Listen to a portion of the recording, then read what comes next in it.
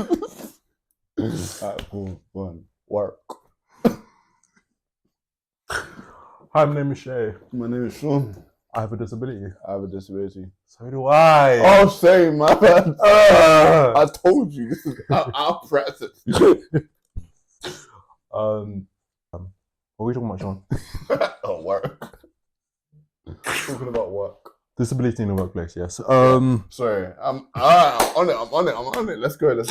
Really not, but that's the beauty of it. We're not on it because everything's a mess. Anyways, I think this is you conversation more because granted I am working, but like you have like a full time. Yeah. So my first job, I was obviously 18. We actually worked together. We was working at the post office. That's the post office. Yeah. So that was fine. But like, oh my gosh. Sorry, keep talking. Yeah. So obviously, first job was working at the post office, sorting out letters and parcels and stuff like that.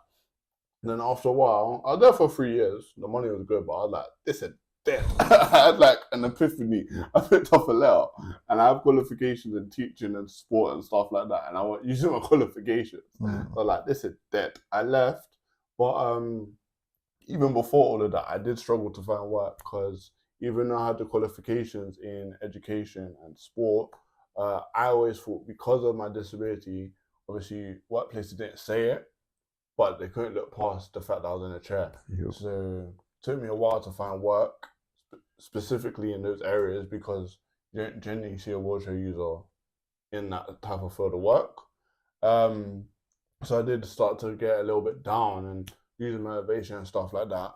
But growing up, my family had the mindset and gave it to me of like never giving up, and that's something that I live by obviously now.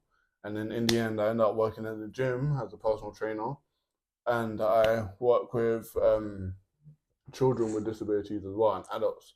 And I'm a coach there, so I do like multi sports with them. And I've had the opportunity to work in schools as well, like a teaching assistant. So after a while, like even though I was getting rejected in work, obviously as anybody does, disability or not, I was able to do it. But I did find it difficult at first because I felt like a lot of people couldn't look past the chair. That's true. Which that's again. And I was getting a lot of volunteer work. That would drop, especially when I had the qualifications for it. Oh yeah. Do you remember how we're gonna work in the, I'm not gonna say what one it is, but the youth center. Yeah. How the first lady because okay, long story short, we went to do like a look around. So we met up with a specific lady who showed us around, but she wasn't there for a while because she was on maternity leave. Maternity leave. That's the formal way of saying it. I wasn't gonna. Anyways, so yeah, she was happy to like give us like a job, and then because again she went on maternity leave, it ended up being a thing where they offered us a voluntary, and it was kind of like, why? Like what changed? Obviously. Why? It's because when we got there, originally we did actually say we'd do voluntary work. Yeah. And then when they realized the qualifications that we both had, him in music, me in sport, they're like, go for the actual role. And the ball was rolling with it. We were going to go for like interviews or something like that. Yeah. And then communication stopped with the woman because like, yeah, she was on maternity. And after a while, another woman contacted both of us and offered volunteering. I was like, I don't want to do that. Yeah. But in the end, I did end up working at a youth club down the line, just not that specific one. And the one I ended up working at, I was there for a year and a half, 2 years. I enjoyed that one. Sorry, it's the same topic. I was on my phone for a second. I was trying to find the specific article, but did you hear something across the lines? It was on the news. Was it on the news? Anyways, they were talking about how people with disabilities aren't able to work, as in they like are not allowed to work. I can't remember what it was. A few times. I heard that the other month. I can't remember exactly what it was, but something across the lines of disabled people not being able to work or not being allowed to work. And question is why? Why? Like, people with disabilities have bills to pay, things to do, and yeah. So that's a bit concerning. I think it's kind of cool how it's cool how people with disabilities are in like the creative world. Example, acting, where again it's not like a 9 to 5. It's cool in the sense of being able to do that, and the government not being on our ass about that.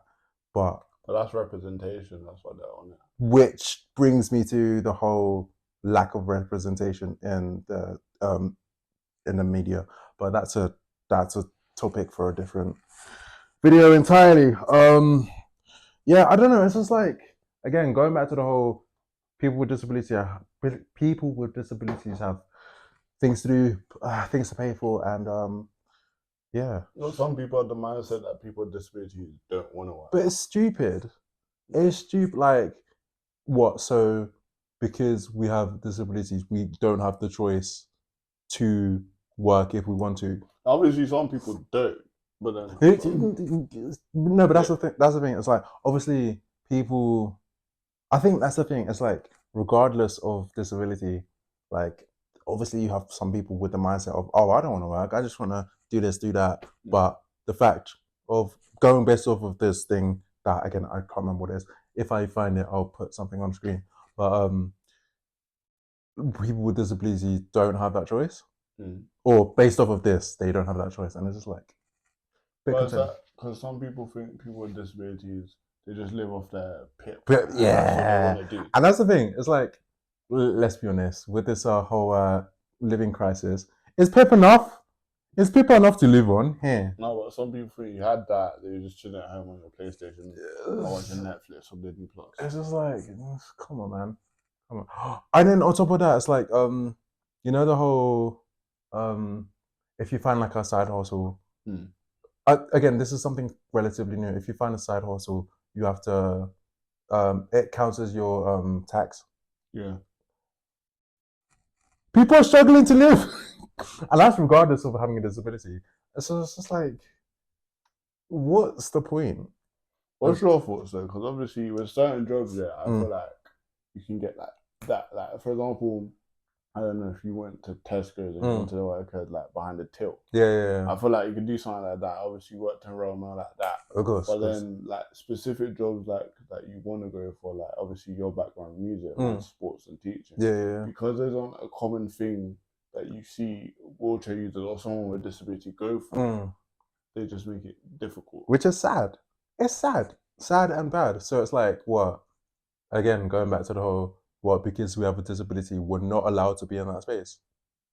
So I think everyone and anyone who wants to go in, like, as Sean said, these spaces where it's not normal, please continue to go for those spaces, continue to speak up, continue to, like, be heard, because it's dumb. Yeah, it's silly. long, but what was it? Like, obviously the point is to like be consistent and Yeah. never give up and stuff. Yeah. I don't know if there's much else to say. No, I feel like we covered it. The main point of this video was about just that whole point of like being consistent, have the courage to go for it and never giving up. Yeah. Was it confidence, curiosity, courage, and consistency? 4 C's. Yeah. Okay, I don't know if this is still recording. If it is, dope. If not, see you on the next video.